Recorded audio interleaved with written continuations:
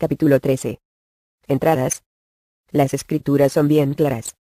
Cualquier relación con Satanás abre una puerta en la vida del individuo para la entrada del poder satánico, la contaminación demoníaca o ambas. El hecho de que la persona sea cristiana o no cristiana no hace diferencia. Levítico las 19:31 dice: No os volváis a los encantadores y a los adivinos. No los consultéis ensuciándoos con ellos. Yo Jehová vuestro Dios. Aunque la hermandad es una secta muy fuerte y crece con rapidez, son solo un puñado comparados con el vasto número de personas cautivas en relaciones periféricas con lo oculto y otros pecados que abren la puerta de sus vidas al poder de Satanás. Estas puertas, creadas por el pecado, proporcionan a Satanás derecho legal, según la palabra de Dios, la Biblia, para ejercer poder en sus vidas. Los cristianos no están protegidos, porque si abren esas entradas, significa que participan conscientemente en el pecado, la ignorancia, o ambos. Pues que pecaremos, porque no estamos bajo la ley, sino bajo de la gracia. En ninguna manera. ¿O sabéis que, si os sometéis a alguien como esclavos para obedecerle, sois esclavos de aquel a quien obedecéis, sea del pecado para muerte, o sea de la obediencia para justicia? Romanos las 6 y 15-16. Mi pueblo fue destruido, porque le faltó conocimiento. Oseas 4:2.6. Cada persona no solo debe percatarse de estas áreas de influencia en su vida, sino también debe desear anunciar el glorioso evangelio de Jesucristo a los demás. Muchísimas personas no pueden aceptar a Cristo cuando alguien les habla, porque su voluntad y su mente están literalmente atadas por los poderes de las tinieblas a través de alguna puerta en su vida presente, o en el pasado. Que si nuestro evangelio está aún encubierto, entre los que se pierden está encubierto, en los cuales el Dios de este siglo cegó los entendimientos de los incrédulos, para que no les resplandezca la lumbre del evangelio de la gloria de Cristo, el cual es la imagen de Dios. 2 Corintios 4:2.3-4. Cualquier relación con lo oculto, no importa cuán superficial o breve sea, es una puerta. Me refiero a cosas como jugar con el horóscopo, visitar por curiosidad a un adivino, leer las hojas de té, leer las manos, etc. ¿Cuántos de nuestros festivales para recaudar fondos en las escuelas e iglesias tiene un adivino de algún tipo? Nada de esto es inofensivo. A los pequeños se les permite ir a esas personas en tales fiestas para que se diviertan. ¿Cuántos de estos niños después no pueden aceptar a Cristo como Salvador, o, si ya son cristianos, en algún momento pierden interés, o no pueden crecer en la vida cristiana? Nos espantaría si supiéramos el número de bajas por solo esta causa. Yo personalmente he visto más de esto de lo que quisiera aún pensar. Otra vez, la Biblia no puede ser más clara. Os he hallado en ti quien haga pasar su hijo o su hija por el fuego, ni practicante de adivinaciones, ni agorero, ni sortílego, ni hechicero, ni fraguador de encantamientos, ni quien pregunte a Pitón, ni mágico, ni quien pregunte a los muertos. Porque es abominación a Jehová cualquiera que hace estas cosas, y por estas abominaciones Jehová tu Dios las echó de delante de ti. Deuteronomio las 18 y 10-12. Una simple visita de curiosidad a una sesión espiritista basta para afectarlo a uno por el resto de la vida. Igualmente estudiar libros sobre las artes ocultas, jugar con una ouija, probar nuestra percepción extrasensorial, experiencias psíquicas, proyección astral, meditaciones de cualquier tipo que incluyan la pérdida de conciencia, o dejar la mente en blanco, o que empleen aguas, aceites o minerales en los que se ha introducido una vara o un péndulo. Igualmente peligrosa es la participación en magias de cualquier tipo, en levitaciones, mover objetos, sin tocarlos físicamente, en consultas con mediums o espiritistas para tratar de localizar objetos perdidos, la práctica de cualquiera de las artes marciales, o el yoga. Y, claro está, cualquier práctica de brujerías en forma de maleficio y encantamientos. Cualquiera de estos abre puertas al influjo de los poderes satánicos y demoníacos. Cualquier uso o abuso de drogas heroicas, o las borracheras repetidas, son también puertas de entrada. El abuso infantil casi siempre resulta en contaminación demoníaca. Por eso es que los niños víctimas de abuso, a menos que sean liberados, se convierten en padres que abusan de sus hijos. Cualquier incidente que produzca un severo trauma emotivo o físico puede resultar en el quebrantamiento de las defensas y en la entrada de espíritus demoníacos. Esto puede ocurrir lo mismo en niños que en adultos. Las relaciones sexuales son otra puerta amplia. Los demonios pasan de una persona a la otra durante el coito. Esto es, porque las dos personas se vuelven una carne. Dice en Corintios las 6 y 16 y 18, comillas angulares izquierdas, ¿no sabéis que el que se junta con una ramera es hecho con ella un cuerpo? Id la fornicación. Cualquier otro pecado que el hombre hiciera, fuera del cuerpo es. Mas el que fornica, contra su propio cuerpo peca. fornicación es la relación sexual entre un hombre y una mujer que no están casados entre sí. Por eso, es que Dios ha dado a su pueblo tantos mandamientos que prohíben el coito entre quienes no son esposo y esposa. Es para protegernos de este tipo de contaminación demoníaca. Las violaciones sexuales a veces violentas, particularmente con niños, son una puerta que he encontrado muchas veces en mi práctica de la medicina. Estas resultan en la entrada de los más poderosos demonios que he encontrado. El incesto, y cualquier participación en la homosexualidad, siempre conducen a la contaminación demoníaca. Lo mismo se puede decir de cualquier práctica sexual de las que condena la Biblia que se ven en la pornografía moderna. Con frecuencia me han preguntado sobre los problemas del coito cuando uno de los dos cónyuges no es salvo y participa abiertamente en el pecado. En estos casos, creo firmemente que el cónyuge creyente puede descansar en la promesa de 1 Corintios 7 y 12-16. Si algún hermano tiene mujer infiel, y ella consiente en habitar con él, no la despida. Y la mujer que tiene marido infiel, y él consiente en habitar con ella, no lo deje. Porque el marido infiel es santificado en la mujer, y la mujer infiel en el marido. Pues de otra manera vuestros hijos serían inmundos. Empero ahora son santos. Pero si el infiel se aparta, apártese. Que no es el hermano o la hermana, sujeto a servidumbre en semejantes caso. Antes a paz nos llamó Dios. ¿Por qué? ¿De dónde sabes, oh mujer, si quizá harás salvo a tu marido? ¿O de dónde sabes, oh marido, si quizá harás salva a tu mujer? En tales casos, el cónyuge cristiano solo tiene que pedirle al Señor que santifique su lecho matrimonial, y su cónyuge infiel, y que cierre esa puerta con la sangre de Cristo, para que el cónyuge creyente no se infecte de demonios del otro durante el coito. La hipnosis es otra gran puerta. La persona que es hipnotizada tiene que someter tanto su voluntad al hipnotizador que queda abierta a cualquier cosa que el hipnotizador desee poner en ella. Hay ciertos demonios que mantienen abiertas las puertas a la influencia del hipnotizador. El hipnotismo para dejar de fumar o dominar el apetito para perder peso es cura demoníaca. La acupuntura es otra forma de cura demoníaca. Las religiones orientales son todas formas de adoración demoníaca. El público no sabe que las agujas que se emplean en la acupuntura están bendecidas por varios líderes de religiones orientales antes de su uso, y por lo tanto son puertas directas para la entrada de demonios. He visto extrañas contaminaciones producidas por agujas de acupunturistas, además de contaminaciones demoníacas. Cualquier curación sobrenatural que no sea la que llegue directamente de Jesucristo es cura demoníaca y resulta en contaminación demoníaca, o posesión demoníaca, o ambas cosas. Dios mismo concedió a los hombres el don del conocimiento utilizado por la ciencia médica moderna. Lucas, autor de 2 libros del Nuevo Testamento, era médico. Cualquier participación en prácticas de las religiones orientales como la meditación trascendental, el yoga, etc., resulta en contaminación demoníaca, posesión, o ambas cosas. Un estudio cuidadoso de las enseñanzas de cualquier religión a la luz de la Biblia señalará enseguida sus errores. La mayoría de las religiones orientales practican la meditación. La cuestión de la meditación es algo que la mayoría de los cristianos interpretan mal, y Satanás ha escrito mucha literatura engañosa sobre la meditación que se hace pasar por literatura cristiana. Hay varias referencias en la Biblia a la meditación, pero hay una gran diferencia entre la meditación santa y la meditación satánica. Creo que estaría bien señalar aquí los principios básicos. Una de las principales citas bíblicas sobre la meditación la encontramos en Josué 1:2.8. El libro de aquesta ley nunca se apartará de tu boca. Antes de día y de noche meditarás en él, para que guardes y hagas conforme a todo lo que en él está escrito. Porque entonces harás prosperar tu camino, y todo te saldrá bien. Deseo enfatizar que la meditación a que se refiere este pasaje es la lectura activa, en que uno estudia y aprende de memoria la ley de Dios dada a los israelitas.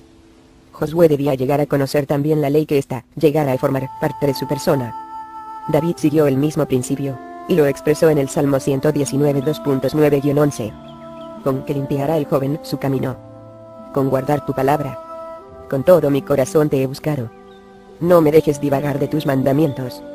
En mi corazón he guardado tus dichos para no pecar contra ti. Según esto, David activamente procuraba algo. Estudiar y aprender de memoria la ley de Dios para no apartarse de ella. La meditación que menciona la Biblia nunca es pasiva. La meditación satánica es pasiva. Satanás quiere que los hombres se queden con la mente en blanco, vacía de todo pensamiento. Esto abre una puerta para la entrada e influencia de los demonios, porque la verdad es que Dios nos manda a controlar nuestros pensamientos, a no dejar la mente en blanco. Si uno no controla la mente, Satanás lo hará. 2 Corintios 10 2.3-5 dice: Pues, aunque andamos en la carne, no militamos según la carne. porque las armas de nuestra milicia no son carnales, sino poderosas en Dios, para la destrucción de fortalezas, destruyendo consejos, y toda altivez que se levanta contra el conocimiento de Dios, y llevando cautivo todo pensamiento a la obediencia a Cristo. Isaías 26 2.3 dice: Tú guardarás en completa paz a aquel cuyo pensamiento en ti persevera. Estos pasajes demuestran claramente que se nos ordena que controlemos la mente, que no la dejemos en blanco. Cualquier enseñanza sobre meditación que diga que tenemos que dejar la mente en blanco, libre de todo pensamiento, o repetir muchas veces ciertas frases para dejar en blanco la mente tilde es de Satana. Jesús dijo: Y orando, no uses vanas repeticiones, como los gentiles, comillas angulares derechas. Mateo 6 2.7 Más evita profanas y vanas parleris, porque muy adelante irá en la impiedad. 2 Timoteo 2 16 Hay una enseñanza peligrosa en algunas iglesias carismáticas. Se les dice a los miembros que repitan ciertas frases vez tras vez, o que dejen la mente en blanco, para que el Espíritu Santo tome el control. Lo hacen especialmente en un esfuerzo para que la gente hable en lenguas. Cualquier mente en blanco será tomada por un espíritu, pero desafortunadamente por un espíritu impí, no por el Espíritu Santo. Otra forma de las ocultista que es muy real, pero poco reconocida, es colocar hechizos o encantamientos, o brujerías contra otra persona. Aún un cristiano puede ser terriblemente perjudicado por brujerías de este tipo dirigidas contra él con acento. Mi propia experiencia es un buen ejemplo de esto. Yo no sabía lo que estaba pasando hasta que el Señor se lo reveló a mi pastor. De entonces acá he encontrado muchos pacientes con aflicciones de este tipo. A menudo saben de una persona, un amigo quizá, que está metido en el ocultismo, y han tenido algún problema con aquella persona, sin sospechar que en venganza les va a echar brujería. Por esta razón es imperativo que el cristiano ande bien cerca del Señor para que le dé discernimiento en tales casos. Los demonios y la sujeción a los demonios son hereditarios. La entrada por herencia a menudo pasa desapercibida. Aunque ya no estamos bajo la antigua ley, gracias al nuevo pacto en la sangre de Cristo, podemos hallar algunos principios muy importantes estudiando el Antiguo Testamento. Tenemos que tener en mente que cualquier pecado que no se pone bajo la sangre de Cristo constituye una base legal para Satán. Hay muchas referencias en el Antiguo Testamento a los pecados de los padres transmitidos a los hijos. Entre ellas tenemos Éxodo 22.5, 34 2.7, Números las 14 y 18, y Deuteronomio 5 2.9. Éxodo 34 2.6-7 dice: Y pasando Jehová por delante de con acento, proclamó Jehová fuerte, misericordioso, y piadoso, tardo para la ira, y grande en benignidad y verdad, que guarda la misericordia en millares, que perdona la iniquidad, la rebelión y el pecado, y que de ningún modo justificará al malvado, que visita la iniquidad de los padres sobre los hijos, y sobre los hijos de los hijos, hasta la tercera y cuarta generación.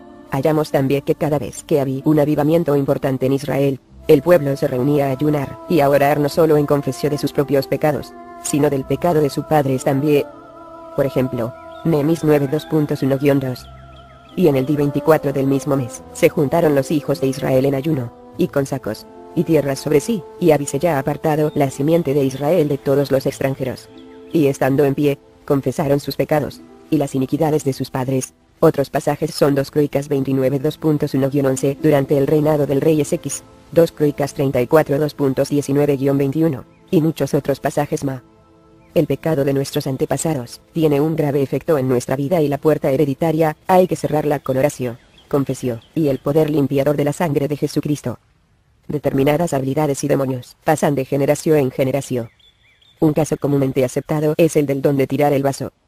Pero lo que es especialmente dañino es cualquier relación con lo oculto, cualquier adoración de ídolos, que en realidad son demonios. 1 Corintios las 10 y 14-21. Cualquier contaminación demónica, cualquier juramento de alguno de nuestros padres o antepasados que comprometen a los descendientes, como la mayoría de los del ocultismo, el paganismo, el mormonismo y la masonería, etc. Uno de los mayores instrumentos de Satán hoy día en los Estados Unidos son los juegos ocultistas fantásticos en que uno asume diferentes papeles, y que se han vuelto tan populares. Satanás se vale de estos juegos para reclutar un vasto ejército entre los jóvenes más inteligentes del país, ejército que el anticristo pudiera utilizar y controlar en un instante. Al participar en estos juegos, la gente cae bajo el control demónico, sin darse cuenta de lo que está sucediendo. En muchos estados tales juegos está formando parte del currículo escolar de los estudiantes más inteligentes. Casi todas las escuelas tienen clubes extracurriculares en los que se participa en los juegos. En esencia, tales juegos son cursos acelerados de brujería. Lamentablemente los participantes no suelen comprenderlo hasta que es demasiado tarde. La mayoría de los juegos tiene un líder que traza el plan general de cada juego. El juego es una aventura en la que se pelean muchas batallas contra varios monstruos y seres de diferentes habilidades y características. Hay muchos tomos voluminosos con cuadros y detalles sobre las capacidades de los diferentes caracteres. El jugador tiene que visualizar la acción en su mente.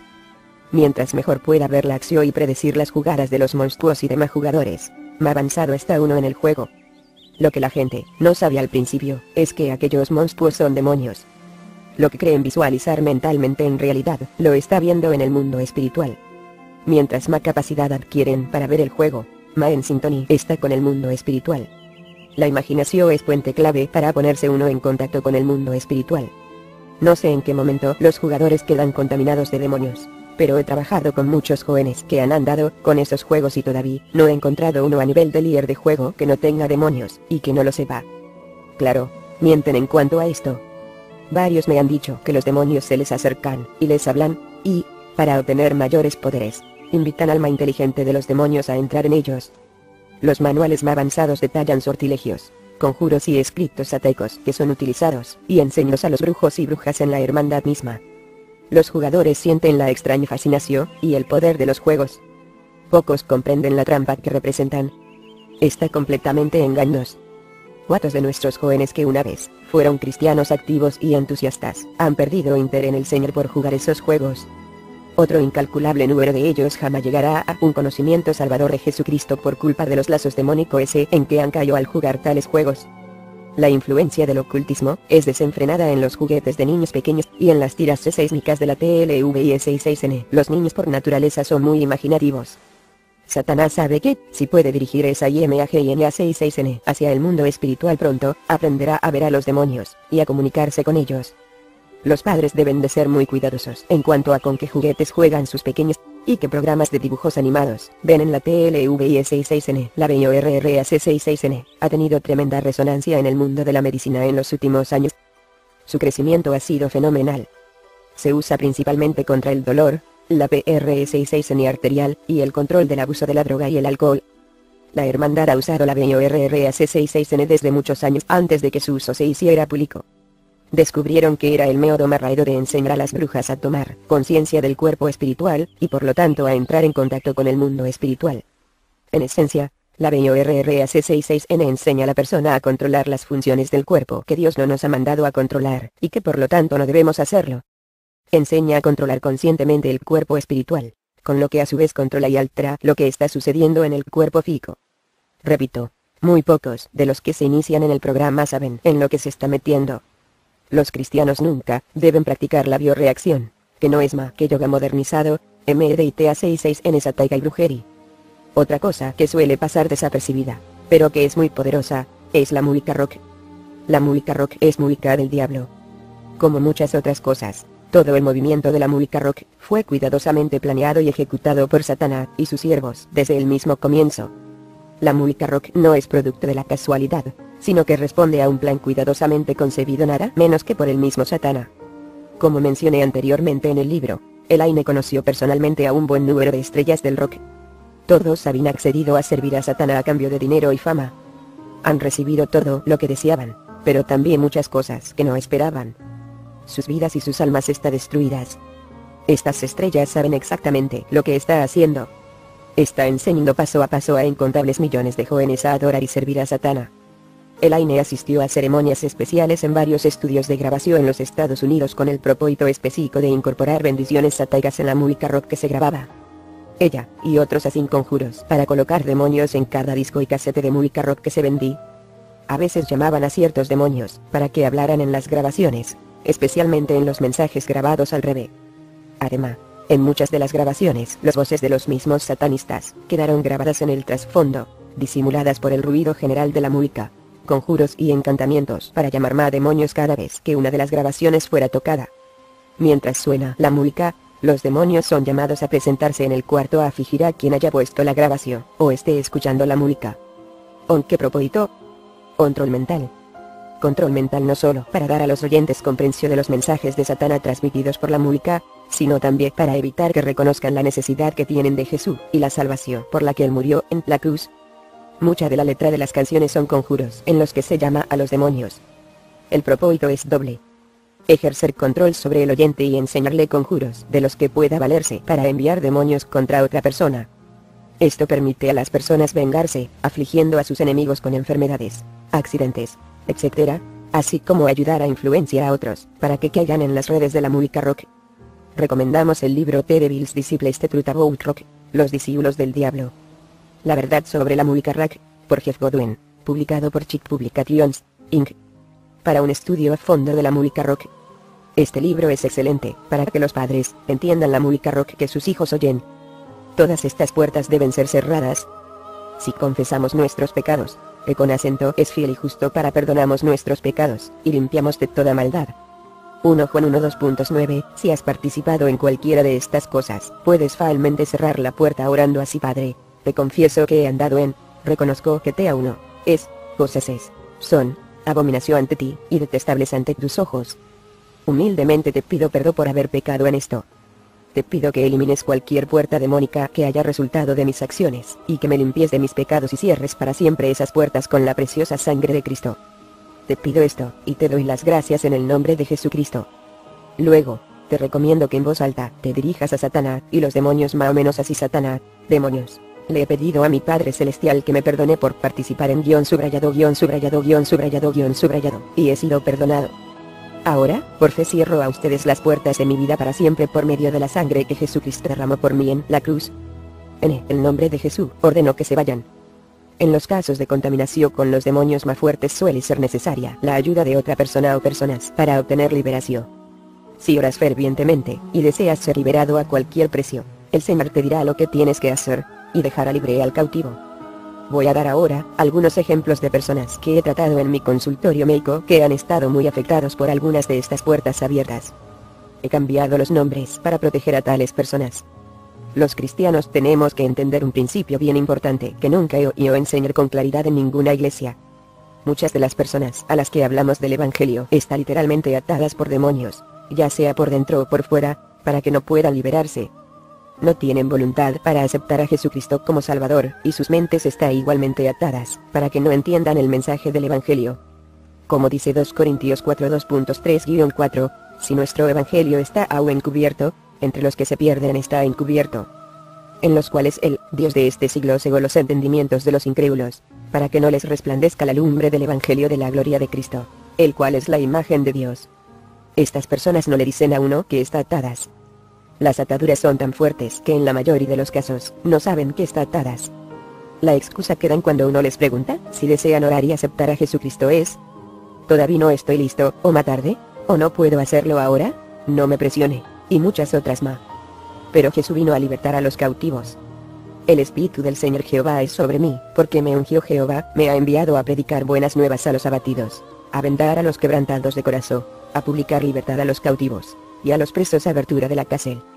Isaías 61:2.1. Los cristianos sencillamente tenemos que tomar el poder y la autoridad que Jesucristo nos ha dado, y valernos de ella para libertar a los cautivos. Los siguientes son algunos ejemplos de mi propia experiencia. Juanita es una enfermera de 35 años, y es oriunda de mi pueblo. Trabajé con ella unos 10 años, cuando yo todavía era enfermera. Me encontré con ella otra vez, hace ya algún tiempo. Se mostró sorprendida del cambio que veía en mí, lo que me permitió sentarme una tarde, y hablarle de lo que el Señor había hecho en mi vida. ¿Sabes?, me respondió. En los últimos 5 años otras 2 amigas han entregado sus vidas a Cristo, y han cambiado dramáticamente. Antes se sentían insatisfechas e infelices. Hoy rebosan de gozo y paz. A veces he pensado que me gustaría hacer lo mismo, pero no he podido. He dejado de pensar en ello. ¿Por qué no puedes entregar tu vida a Cristo?, pregunté. No sé, comprendo los beneficios, pero no puedo. Hasta me pongo ansiosa y nerviosa al hablar de hacerlo. Mejor no hablemos más de esto. Un tiempo atrás, lo hubiera dejado todo así, pero, gracias al Señor, gracias a su entrenamiento, puedo reconocer los síntomas con facilidad. Así que insistí: permíteme una pregunta más. Cuando tratas de pensar en Jesús, ¿es como si chocaras con una pared invisible, y se te vuelve fatigoso seguir pensando, y dejas de hacerlo?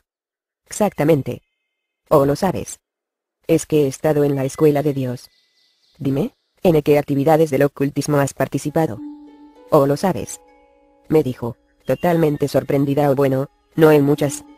Estuve 8 años visitando por diversión a alguien que me lee las manos. Desde entonces he ido varias veces a que me lean las manos y digan la suerte, aparte de seguir mi horóscopo. Pero no es nada serio. Bueno, Juanita, esas aventuras friolas con el ocultismo han bastado para que caigas en lazos demónicos que te impiden aceptar a Jesús. Pero te tengo buenas noticias. Jesucristo vino a libertar a los cautivos. Como soy suya, Él me ha dado su poder y autoridad sobre Satanás y los demonios. Y ahora, demonios que han mantenido atada y ciega a Juanita, les ordenó en el nombre de Jesús que no sigan actuando en su vida. Juanita me miró sorprendida, como si se me hubiera aflojado algún tomillo. Simplemente cambié de tema y hablé de otra cosa por unos 10 minutos. Entonces le pregunté, Juanita, te pregunté antes, si deseabas aceptar a Jesucristo como Señor y Salvador. ¿Sabes que lo necesitas? ¿Puede orar ahora mismo conmigo? A ver. Me gustaría que oráramos ahora. ¿Puedo aceptar a Jesús? No sé por qué no lo hice antes. Nos arrodillamos, y otra persona, cautiva, escapó del tenebroso reino de Satanás, y entró en el reino de Dios. Le hablé entonces de las puertas que había abierto, y oró para cerrárselas para siempre a Satanás con la preciosa sangre de Cristo. Una chica de 20 años se presentó una noche en el salón donde yo estaba trabajando. Dijo que temí que, si no la ayudaban, se iba a suicidar. Se sentí deprimida y con miedo, como si no tuviera ninguna razón de vivir, como si su vida estuviera vacía y no tuviera sentido. Después de hablar con ella un poco, le dije claramente que lo que necesitaba era a Jesucristo, y le hablé del Evangelio. Mis padres son cristianos, respondió, y me crié en una iglesia. Sé que 10 que me dice es cierto, pero todavía no estoy lista para hacerlo. Demonios que tienen atada a esta chica, les ordenó en el nombre de Jesucristo que dejen de actuar sobre ella, dije, mientras la chica me miraba como si me hubiera vuelto loca. Pero luego se le olvidó al cambiar yo el tema, y hablar de otra cosa durante varios minutos. Al rato le dije, Susi, reconociste hace unos minutos que sabís que yo estaba diciendo la verdad, y que necesitabas a Cristo en tu vida. Pues si oras conmigo, y le pides a Jesucristo que sea tu Señor, tu Salvador y tu dueño. Me gustaría. Nadie lo había hecho antes conmigo. Te ayuda. No sabré qué decir. Entonces Susi oró conmigo y tomó el camino de la vida eterna. Tras algunas preguntas discretas descubrí que la puerta abierta en su vida había sido el probar drogas durante un fin de semana que pasó con unas amigas. Aquello bastó para que su mente quedara atada por demonios. Por la manera en que me contó su vida, no dudo que antes que yo le hablara tuvo muchas oportunidades de aceptar a Cristo, pero sus ataduras se lo impedían. Un anciano de 80 años fue ingresado en la unidad de cuidado intensivo con un muy severo ataque de corazón durante el tiempo en que yo era la doctora encargada de la unidad. Después de examinarlo, me di cuenta que probablemente no viviría mucho. Me pidió que le dijera cómo lo encontraba, y le dije que no estaba bien, y que había tenido un fuerte ataque de corazón. Se volvió y se puso a llorar.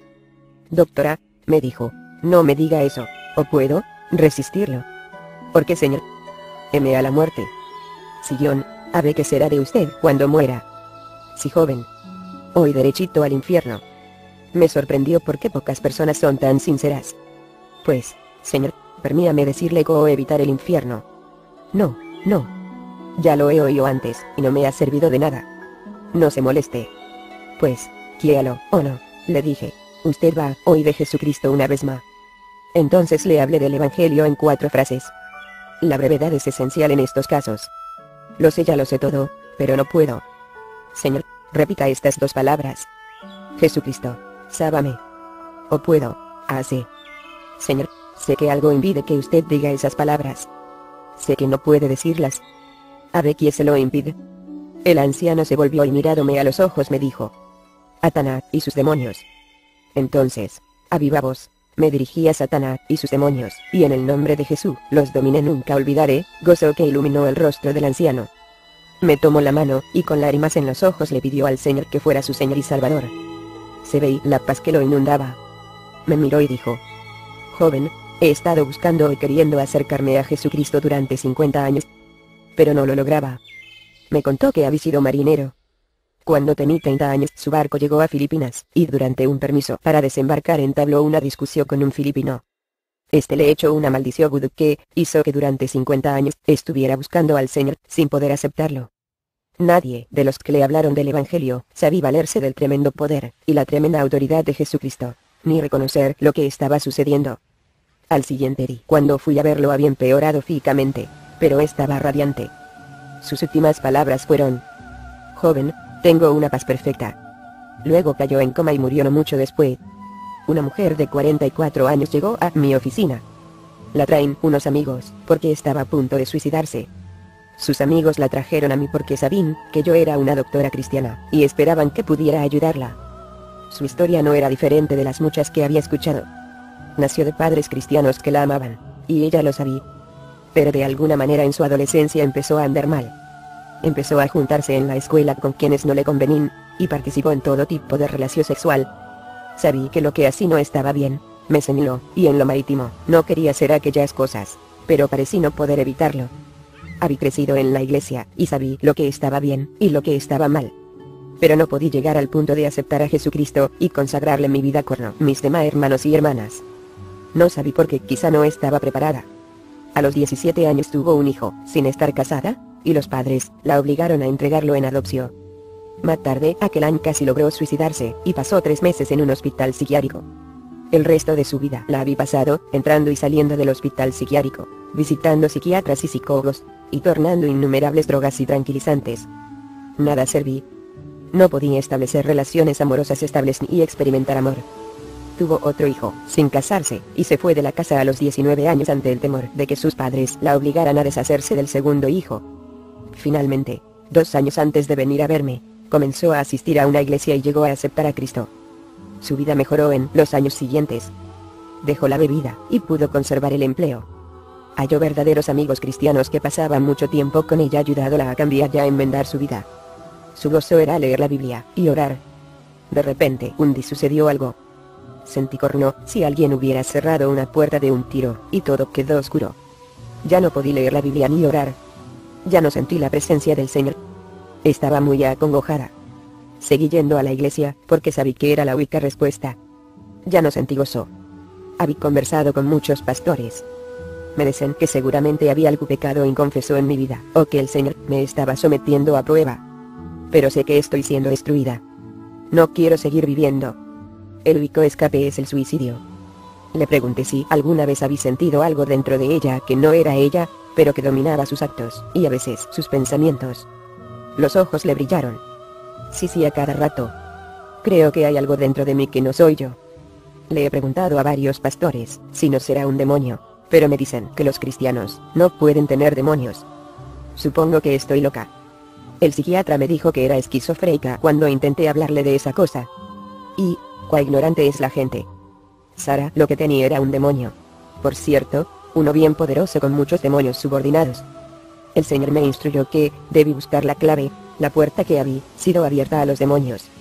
Bajo la dirección del Señor le pregunté a Sara si recordaba algún incidente muy traumático en su niñez. Después de pensar un momento dijo: "Muy curioso que me lo pregunta. Recuerdo vagamente que mi madre me contó que me habían violado siendo muy niña. Ella nunca me hablaba de eso, porque decía que lo mejor era olvidarlo. Recuerdo que un hombre me agarró y me tiró al suelo, pero lo único que recuerdo son las ramas de un bello manzano silvestre en flor, que yo miraba estando de espaldas en el suelo. No recuerdo más. Aquella era la puerta.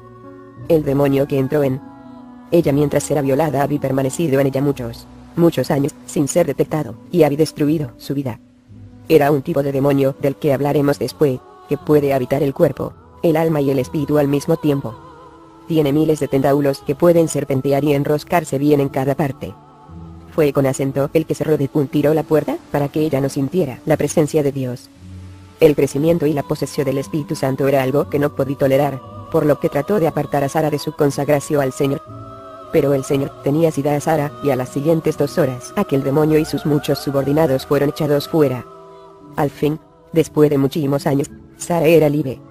De nuevo sintió en su espíritu la presencia del Señor, y pudo volver a leer con gozo la Biblia. Por primera vez en su vida comenzó a vivir una vida normal y sana, y a disfrutar el amor de Jesucristo nuestro Señor. Otra vez me vino a la mente Oseas 4:2.6 que dice: "Mi pueblo fue talado, porque le faltó sabiduría". Un musculoso caballero de 35 años llegó a mi consultorio con la siguiente queja: "Mi vida está siendo destruida, está cayendo a pedazos por todas partes. No acabo de comprender la causa, pero sé que está sucediendo. Estoy muriendo". Conversé con acento, y lo estuve interrogando más de 1 hora en busca de una pista. Su salud era excelente. No tenía problemas de salud, ni se sentía enfermo. Era cristiano, aunque nunca había caminado bien cerca del Señor. Le iba bien en el matrimonio, sus hijos estaban bien, sus relaciones familiares eran buenas. Tenía un buen trabajo en el que estaba contento. Por último, cuando le pregunté por el funcionamiento de su cuerpo, me dijo: tuve problema de sinusitis hasta hace unos 3 años. No he vuelto a tener problemas desde entonces. Lo curioso era que me decía que precisamente en los últimos 3 años había sentido que su vida se estaba desintegrando. Le curó la sinusitis hace 3 años. Fui a ver al doctor, y me hizo acupuntura. Dio resultado. No he vuelto a tener problemas. Ese era el problema. Durante el examen médico, le hice un electrocardiograma. Mientras el electro marcaba las pulsaciones de su corazón, de repente sentí la sobrecogedora presencia del mal en la habitación. Inmediatamente el corazón del hombre dejó de latir. No estaba muy segura de lo que tenía delante, pero reprendí al mal en el nombre de Jesucristo, y el corazón espontáneamente volvió a latir. Había estado sin latir más de 1 minuto. Después el Señor me reveló que el mal que había sentido era el espíritu del acupunturista. Estaba robando la energía al paciente, aun hasta el punto de que el corazón le dejó de funcionar. El Señor había permitido que pasara en aquel preciso momento, para que yo aprendiera. Las puertas demónicas habían sido abiertas en aquel joven por medio de las agujas de la acupuntura, y habían quedado abiertas, para que el acupunturista, que es algo similar a un hipnotista, pudiera controlarlo. El acupunturista estaba robándole vigor a aquel joven. Por eso sentí que su vida se le destruí. La verdad. No podía decirle lo que le estaba pasando. Hubiera pensado que yo estaba loca. Era un cristiano superficial que no estaba listo para aceptar la realidad de la existencia de los demonios. Le pregunté al Señor qué debía hacer. Me respondió: usa el instrumento más poderoso que tienes. Ora con mucho fervor por este joven. Durante 1 año entero estuve ayunando y orando muchas veces por él con acento. Al cabo de 1 año el Señor me habló de nuevo, y me dijo que en respuesta a mis oraciones había libertado a aquel hombre sin que lo supiera. Poco después volvió a verme, para un problema menor, y me dijo que se estaba sintiendo mucho mejor. De nuevo Jesucristo había libertado a un cautivo. Tuve que atender a un hombre que había tratado de suicidarse. Rick se había criado en un hogar cristiano, en una amorosa familia. Había consagrado su vida al Señor en su adolescencia y había andado muy cerca del Señor, y había escuchado su voz hablándole a su espíritu. Era un joven muy inteligente, y al terminar el preuniversitario había ingresado en un seminario para ser pastor. El Señor era el gozo de su vida. De repente, como 1 año antes de que yo lo conociera, ya no sentí la comunión con el Señor. Le era casi imposible leer la Biblia u orar, y no sentí en absoluto la presencia del Señor. Consultó y oró con muchas personas, pero no recibió ayuda. Empezó a tener mucha dificultad para concentrarse en los estudios y sus calificaciones bajaron drásticamente. Por último, se sintió tan desesperado que dejó los estudios como 1 mes antes de su intento de suicidio. Sentí que no tenía razón de vivir. Lo interrogué para tratar de descubrir la puerta. Finalmente, cuando le pedí que me contara lo que había hecho poco antes de que comenzara el problema, me contó lo siguiente. Poco antes de que comenzaran las clases hace 1 año, me fui en automóvil a Denver, Colorado. Mi madre me había llamado para pedirme que fuera, porque su madre estaba gravemente enferma en el hospital.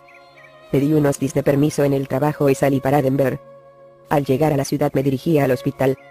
Mientras iba por la ciudad rumbo al hospital, de pronto tuve la sensación de que algo oscuro, como una nube, caí sobre mí. Duró solo unos segundos y luego desapareció. No volví a pensar en eso. Cuando llegué al hospital, hallé que mi abuela había muerto muy poco antes de que yo llegara. Me quedé para el entierro, y regresé al preguntarle más.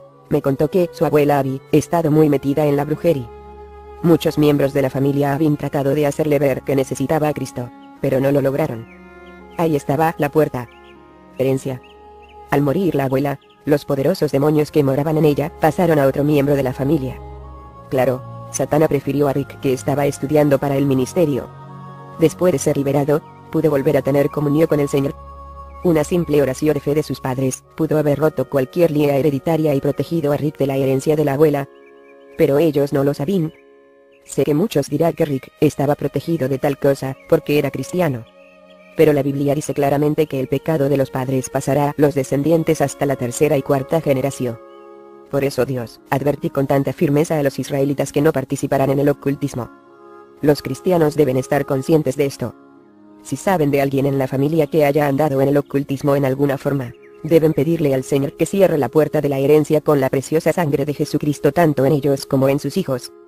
Deseo bosquejar a continuación los 4 pasos básicos que un cristiano debe dar para luchar por la salvación de alguien que esté atado por los demonios. Muchos padres enfrentan este problema con hijos incrédulos que han participado de muikarrak, juegos ocultistas, drogas, alcohol, etc. Estos pasos también puede aplicarlos cualquier cristiano a cualquier persona por la que sienta carga y por la que esté dispuesta a luchar con tal de llevarla a Jesucristo. Si la persona en conversa vive en casa del cristiano, el primer paso debe ser limpiar la casa, si es que el cristiano tiene autoridad en la casa. Los hijos, claro, no pueden hacer esto si son menores que todavía viven en la casa de sus padres. Este caso lo veremos al final de esta sección. Todos los objetos que se usan para el servicio de Satanás, objetos ocultistas, discos de rack, materiales de juegos fantásticos en que se asumen papeles, etc., son objetos familiares. Vese el capítulo 20. Todo eso hay que sacarlo de la casa pues proporciona una base legal para que los demonios introduzcan poderes malignos en la casa. En el caso de padres cristianos que se enfrentan a adolescentes rebeldes, quiero advertirles que no pueden simplemente ir al cuarto del adolescente y tratar de limpiarlo de objetos familiares. Deben hablar con Econacento primero. Aten los demonios que haya en Econacento, y luego siéntense a hablarle. Escuchen junto a Econacento los discos de muikarrak, y examinen con cuidado la letra. Les garantizo que el chico se avergonzará porque sabe en su corazón que la muikarrak es terrible. Si ha andado con juegos ocultistas, siéntense y examinen los manuales y guión subrayado. Estudien con Econacento los juegos para que comprenda lo que está haciendo y puedan señalarle Biblia en mano lo que está mal. Después de hacer esto, destruyan las grabaciones y los juegos. Tienen que comprender que la persona que aman está atada y ciega por causa de los demonios. Pueden estar hablándole años enteros de que necesita a Jesucristo, pero no va a entender. Puede ser que hasta le repita lo que le dice, pero si hay estaika en lo que le dice, no va a entender los conceptos. La estaika es un demonio. Además, su voluntad está tan atada que aun si entiende que necesita la salvación que ofrece Jesús, no puede pedirle que sea su Salvador y Señor. Si la persona vive en su casa, todos los días, en voz alta, tome la ofensiva contra los demonios que está en ella. Puede hacerlo en otro cuarto donde la persona no le pueda oír. Los demonios tienen un oído muy fino. Diga algo así: demonios que tienen atado asumo autoridad sobre ustedes en el nombre de Jesucristo mi Señor. Les ordeno en el nombre de Jesús que no aflijan a hoy. Mi casa está consagrada al Señor y es territorio santo. Ustedes son intrusos y no pueden actuar aquí en el nombre de Jesús. Ordeno que se vayan. Esta batalla será librada diariamente. No puedo decirle lo larga que será pues solo el Señor lo sabe en cada caso. Recuerde que los demonios pueden hablar a través de la otra persona, y a veces lo hacen con rudeza e insultos para tratar de librarse de usted. En muchos casos es necesario responder al demonio directamente, sabiendo que está hablando a través de la otra persona, y ordenarle que se calle. El Señor le dirigirá a usted. Puede pedirle al Señor que le permita ponerse en la BRSH comillas angulares izquierdas por la persona que no es salva. De esto hablaremos con más detalle en el capítulo 14. Lea Ezequiel las 22 y 30-31. Dígale al Señor que le permita pararse en la brecha por esa persona, para que sus ojos puedan abrirse, y pueda libremente aceptar a Jesús. Por último, tiene que darse cuenta de la maravillosa posición de poder en que nuestro Señor nos ha colocado. Hebreos las 4 y 16 dice: Lleguémonos pues confiadamente al trono de la gracia, para alcanzar misericordia, y hallar gracia para el oportuno socorro. La Biblia nos enseña que Satanás se presenta ante Dios, y le pide gente. El relato de Job 1 lo demuestra claramente. Y Lucas las 22 y 31-32 relata: Dijo también el Señor: Simón, Simón, he aquí Satanás os ha pedido para zarandaros como a trigo. Mas yo he rogado por ti que tu fe no falte. Y tú una vez vuelto, confirma a tus hermanos. Satanás no es echado definitivamente del cielo, sino hasta el capítulo 12 de Apocalipsis. Y fue hecha una gran batalla en el cielo. Miguel y sus ángeles lidiaban contra el drago. Y lidiaba el drago y sus ángeles. Y no prevalecieron, ni su lugar fue más hallado en el cielo. Y fue lanzado fuera aquel gran drago, la serpiente antigua, que se llama Diablo y Satanás, el cual engaña a todo el mundo. Fue arrojado en tierra, y sus ángeles fueron arrojados con eco acento, y oí una grande voz en el cielo que decía: Ahora ha venido la salvación, y la virtud, y el reino de nuestro Dios, y el poder de su Cristo. Porque el acusador de nuestros hermanos ha sido arrojado, el cual los acusaba delante de nuestro Dios día y noche. 12.2.7-10 Hay que entender que Satanás se presenta ante el trono de Dios, y le pide a nuestro Padre Celestial por los inconversos que amamos. Satanás los señala con dedo acusador y dice: Es a fulano de tal. está oyendo muy carroco o cualquier otra cosa. Por lo tanto, tengo derecho a su alma y a influenciar en su vida, y a mandar que mis demonios entren en con acento. Como Dios es perfectamente justo, tiene que concederle la petición, si no hay objeción. Pero como herederos y coherederos de Jesucristo, tenemos mucho más derecho que Satán de presentar peticiones ante Dios el Padre. Debemos acercarnos confiadamente ante el trono, y presentar peticiones contrarias a las de Satán. Podemos orar así: Dios y Padre, pido lo contrario de lo que pidió Satán. Vengo a ti en el nombre de Jesucristo mi Señor, y demando que se me conceda a esa persona. Lo demando como la herencia que prometiste darme, si la persona es hijo o hija suyo, o cónyuge suyo. Satán no puede tenerla. Pido que abra sus ojos, para que pueda ver la luz del Evangelio de Jesucristo. Si la persona por la que está orando no es familiar suya, puede pedir en base a que Jesucristo nos ordenó a ser discípulos en todo el mundo, y podemos demandar que esa persona sea un discípulo de Jesucristo. Otra vez, hay que entender que es una batalla verdadera. No ganaremos de la noche a la mañana, pero tenemos poder y autoridad en Jesucristo para finalmente vencer.